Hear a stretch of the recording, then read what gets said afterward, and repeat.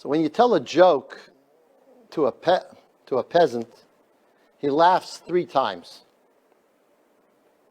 Once when you say it, then when you explain it, and finally when he gets it.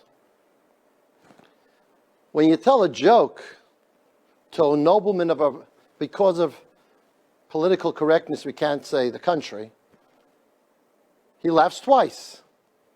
Once when you say it, once when you explain it, because he never gets it. When you tell a joke to a Jew, he stops you in his tracks. He knows the joke already, and you didn't tell it right.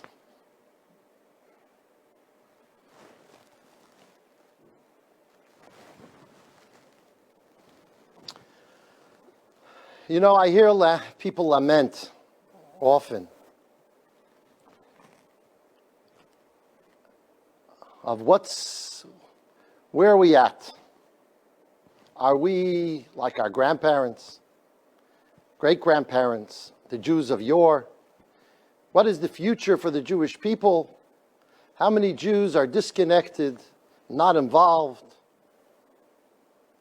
And they say even about themselves. I remember my Zayda, my Elter Zayda, but who are my children and grandchildren going to look up to?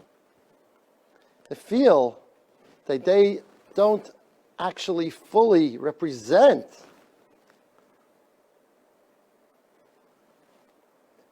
anything similar to the generations that preceded us.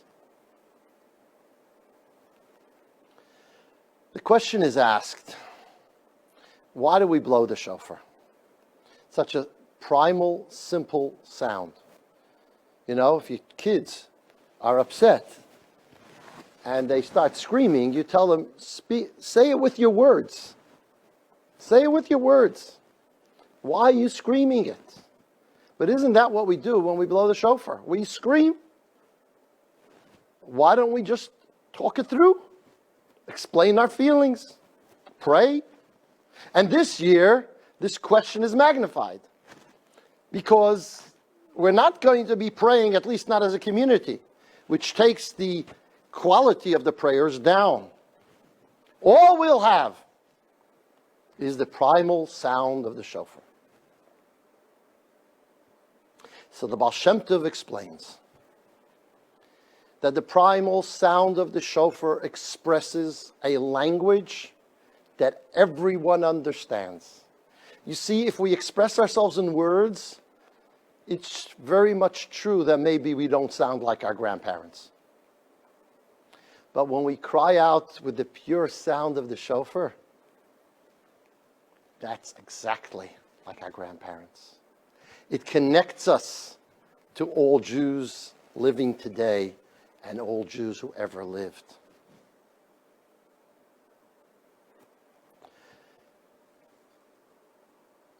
There is a synagogue that was just unearthed in Prague. Prague is home to the most beautiful synagogues. The Nazis decided that would be a museum, and they did not destroy the synagogues in Prague. And, of course, the oldest synagogue used for 700 years is there. But lately they unearthed a synagogue 4 meters by 5 meters, near Prague, in Theresienstadt. That was one of the Nazi death camps. And the inmates there made themselves a makeshift synagogue. In this synagogue, which they hid in and were able to pray,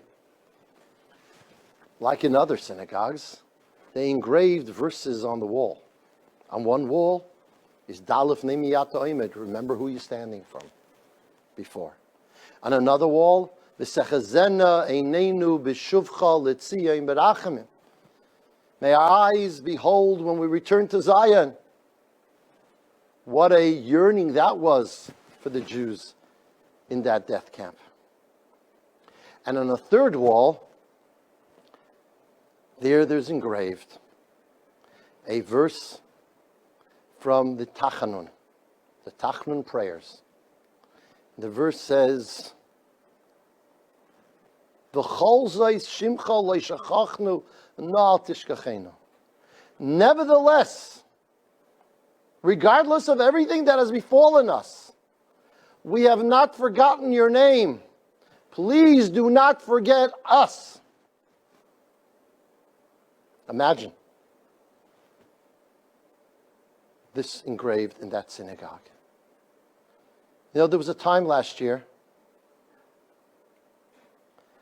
that synagogues across the world were closed everywhere. I believe last Pesach, a year and a half ago, I don't believe there was a synagogue open anywhere in the world. Last year, Rosh Hashanah Yom Kippur, we were from the very only synagogues opened here in Sydney. Even our friends in Melbourne, their synagogues were closed. But even as it seemed like Hashem had forgotten us, we did not forget him. We found new ways of connecting. And we found Zoom. And we found sending packages to people. And we started to do all kinds of things that connect us as a community, that make more learning available, not less learning. We in Chabad North Shore started with the running of the Rebbetzin, Fruma, Helping Hands, where we feed 35 families every single week. Because that's what this hour needs. That's the necessity of now. We have worked hard to bring light and support to the children through my son Rabbi Mendy and Chani, who have sent them packages every week, started a C-Teens club, C-Kids club,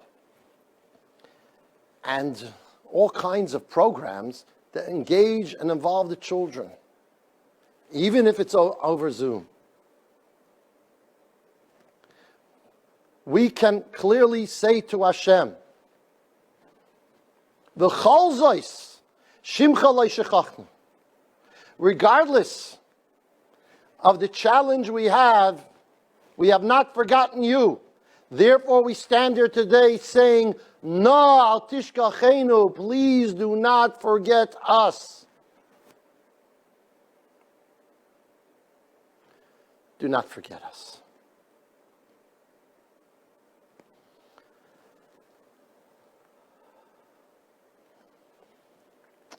The Chafetz Chaim, the Holy Chafetz Chaim. There was a decree in Poland at some point, and he sent a delegation to go speak to the Prime Minister of Poland. It was a decree against Judaism, against Shabbos, against education, against shchita, kosher. And the Chafetz Chaim then says, I want to go along. This is in 1930. The Chafetz Chaim is 92 years old. His family says, you can't go. It's too difficult. And anyway, the Prime Minister doesn't understand Yiddish.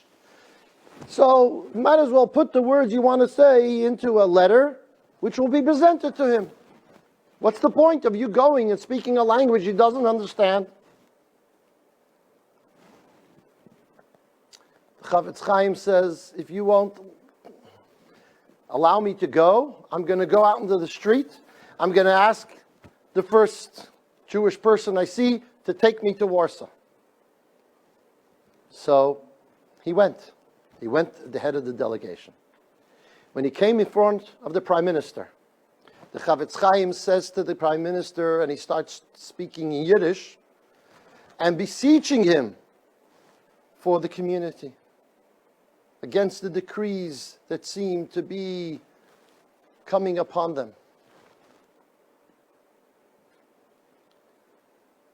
After he finishes, the translator begins to translate, at which point The prime minister turns to the translator and says, no need to translate.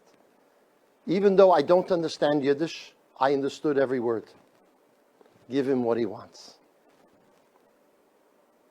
That is exactly what happens when we sound the shofar.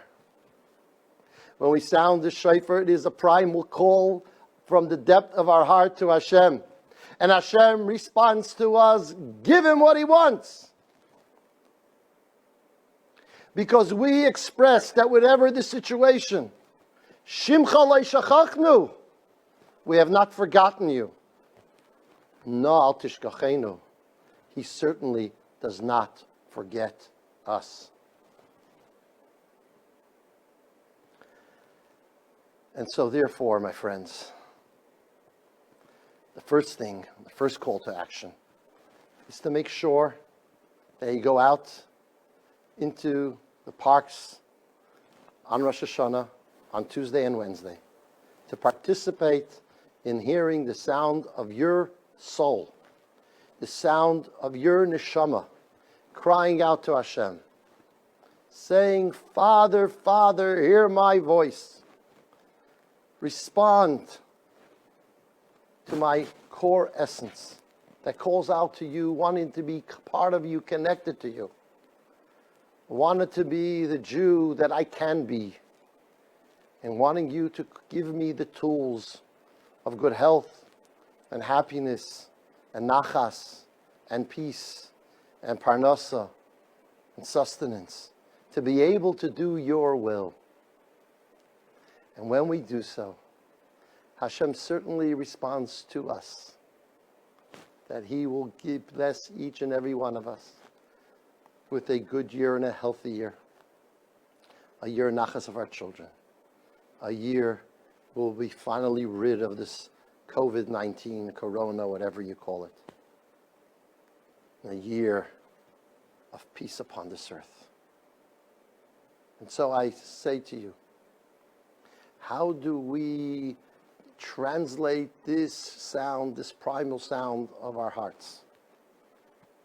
The best method of translation is through deeds, through acts, through mitzvahs, through taking upon ourselves a mitzvah that expresses the deepest core of our souls, that allows us to be who we are in our fullest measure. So think for a moment, and on your screen or on the chat, you will have a mitzvah card, which you will be able to fill in.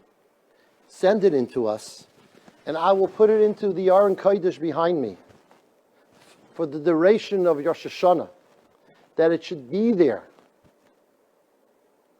and go up with our prayers, because the synagogue is still the center point by which our prayers go up to heaven.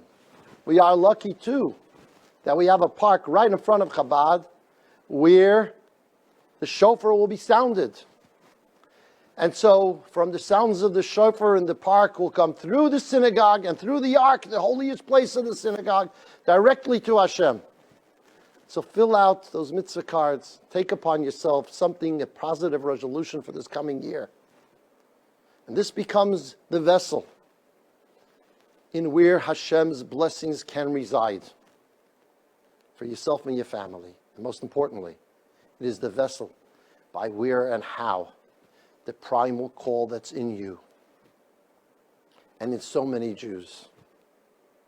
And I'm not concerned, because I know our community and I know the Jewish people that I involve myself with, that their hearts are pure and their desire is strong, and they want to be connected, and they want their neshamas expressed. It will be so. And then Hashem will certainly, finally, sound the great shofar for our redemption with the imminent arrival of Mashiach.